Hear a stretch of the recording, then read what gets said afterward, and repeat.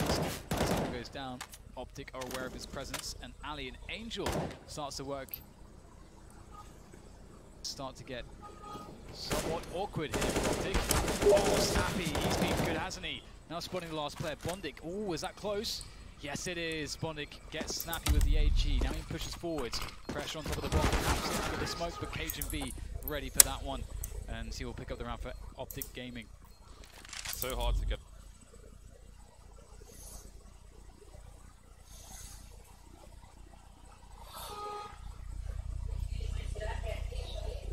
Eu acho que não. Não.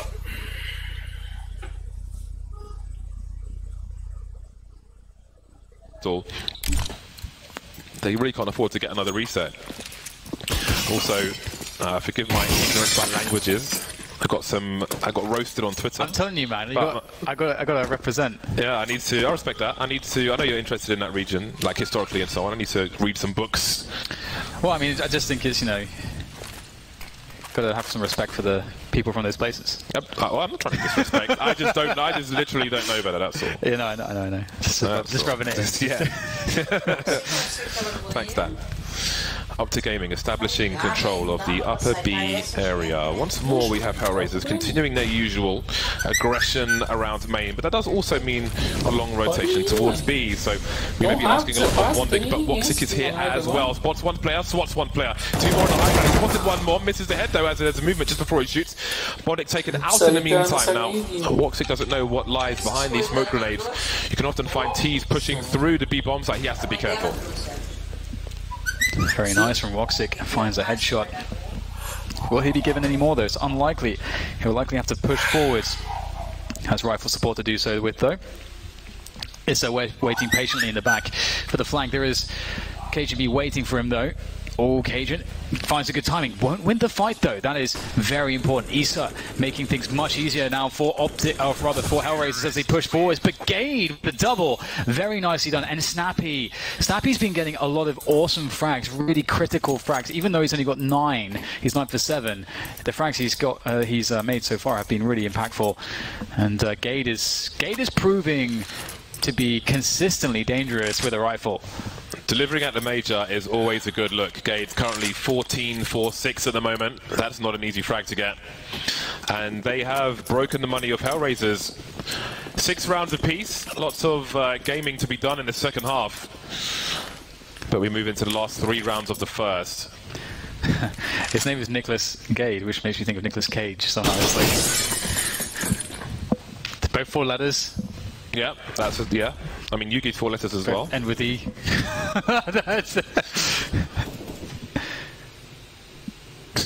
I'm trying to make it work here. Yeah. I'm doing my best. Yeah, I'm not helping you. Yeah. After you sold me down the river. That's true.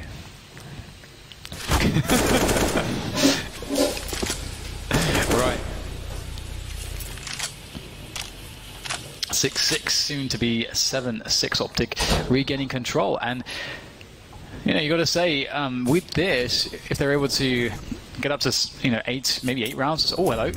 That's a nice finish. If they're able to get up to 8-9 rounds, Optic actually are positioned very well. And if you consider how badly some of the buy rounds did look for Optic, how lost they were, or seemingly it felt like they were, this is a great recovery, and they're going to be feeling great going into the second half. They're on a good roll at the moment, and the money for, as you guys can see, the money for Hellraisers is not optimal. Issa could buy an AWP, but he would have $0 left afterwards.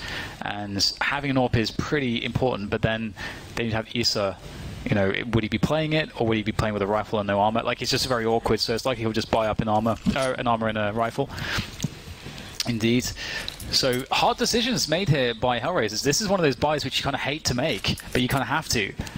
Woxic not on the AWP. I wonder if that will change the approach. Do they keep up the aggression towards the A main area? And if they do, is the answer B for Optic? Will it continue to be? No pun intended. 2 rounds remain now in this half. Who will have the advantage? 9-6 would be a great scoreline for Optic Gaming, moving into a second pistol round for sure. Gade and Issa on double figures at the moment, but other players are not far behind. It will be a slower establishment of control of upper B. from Optic Gaming. Some flashes, got to be careful. 1 minute 30 on the clock, and Optic won't have anyone towards Ivy, won't have anyone towards main, but that's not, from the CT point of view, that's not a lot of information, because obviously let's not forget those earlier rounds with passive approach to main from Optic, who start to move into B once more, expecting Hellraisers to continue their default, if you will. Can they trade though? Bonic, oh, that's huge from Bonic. That third frag is unreal. Yugi trades on the move, but he can't get onto the site. Bombs on the floor. Config out of the site as the CTs swarm in. He moves into the high ground. Config very capable as well, but he is very exposed. Who can he find first? No one. Easy to take him out. 7-7. Some vintage Bondic stuff. The multi-kills on the CT side. That is something I always look to Bondic for consistently, and that's a beautiful trio of kills. Here it is once again. So needed. They didn't have any grenades in this round. You have to do it with just a good position and just the fragging power, and that is all Bondic brought to the table. Some serious fragging power with that M4. Beautiful spray. 7-7 for Hellraisers and for Optic. And the AWP comes back out onto Woxic, and they have way more grenades now, so certainly a much more comfortable position to play from. I'm feeling like we're going to see an A round here from Optic. The bomb is left by the dumpster. Just working some position forwards in alley, try to get someone deep in that position and force the CTs back. Maybe a kill comes as well at the same time, but they try to challenge Issa. He has been consistently a problem. Oh, the timing. Gage is going for it. Gage almost found an unaware Angel, but somehow Angel adjusts in time. Now it's hard for the big weapons to do anything because they don't have the numbers to swarm afterwards. Opportunities were attempted, but they weren't quite taken as they might have liked, and it seems that Hellraisers will have a fair chance of taking the last ride. However, there's still a minute to play with rather. But now Yugi's on his own in the 1 versus 4. Seems unlikely he's going to trade. And that shot hit the ceiling, it seemed. There's one. Dead Fox with the instant trade before Yugi can get a second shot off.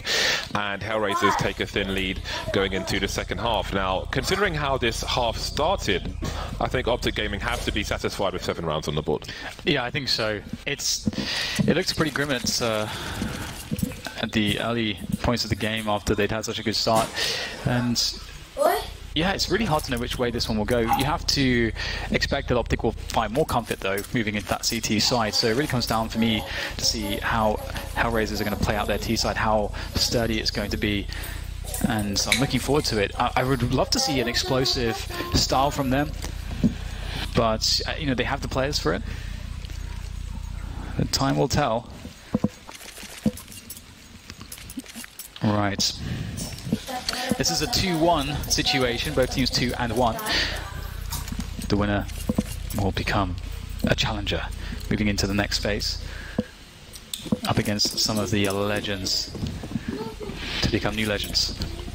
No P250s for the Hellraisers team, as we saw from Optic Gaming. Everyone with Kevlar save for Dead Fox, who's got the grenades, and it seems they will be going quickly into the B bomb site. Config close to Pop Dog should hear these players moving in that direction. Yugi is with Gate. Cage and B can have a fast rotation from Connector, but Hellraisers, are they committed? It seems that they are. Yugi going for support shots, doing light damage, but not a whole lot. If you don't hit the head and they've got Kevlar, you may be in trouble. The Molotov towards Connector before the CTs can get in. That leaves Gate alone, and he's forced to go back to CT spawn. Hellraisers are all over this B bomb site.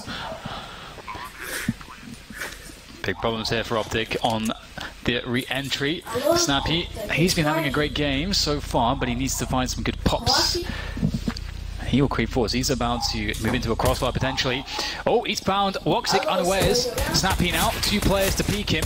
And now the trays all happening at once. Cage and B pushing forwards. He will not be denied. 3 kills for him now as Angel is the last man standing for Hellraisers.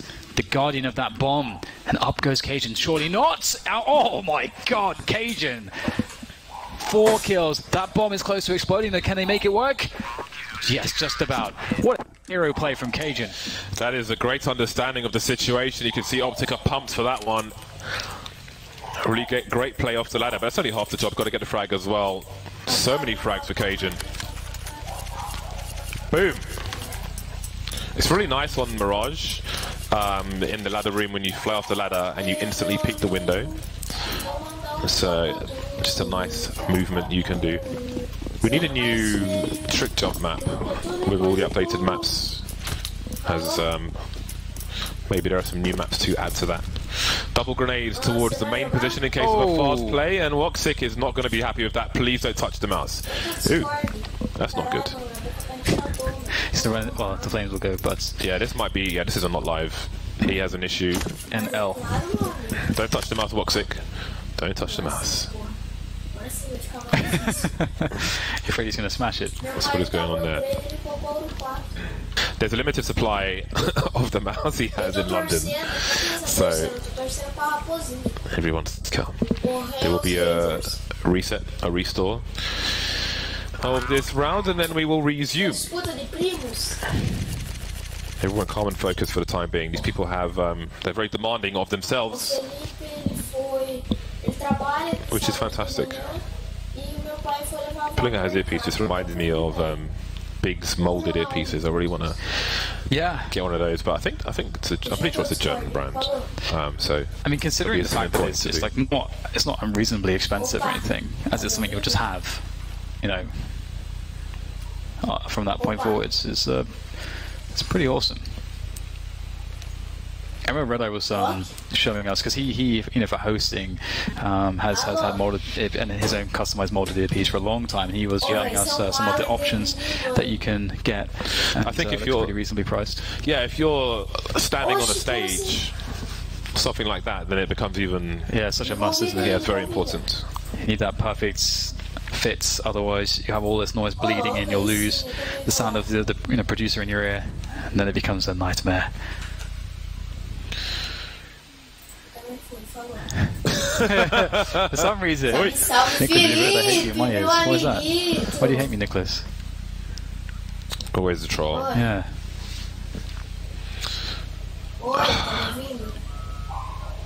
Game of train. This is our last game of the day. They are connecting back in. Oh, it is, isn't it? It is indeed.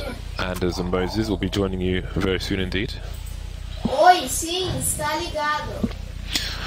The simulation. Oh, speaking of simulations, Elon Musk was on a Joe Rogan podcast yesterday, and Joe Rogan asked him if we're living in a simulation, so Anders should definitely tune into that broadcast. It was a 2.5-hour broadcast, and most of the news was like, Elon Musk took a puff of weed. That's the news of a 2.5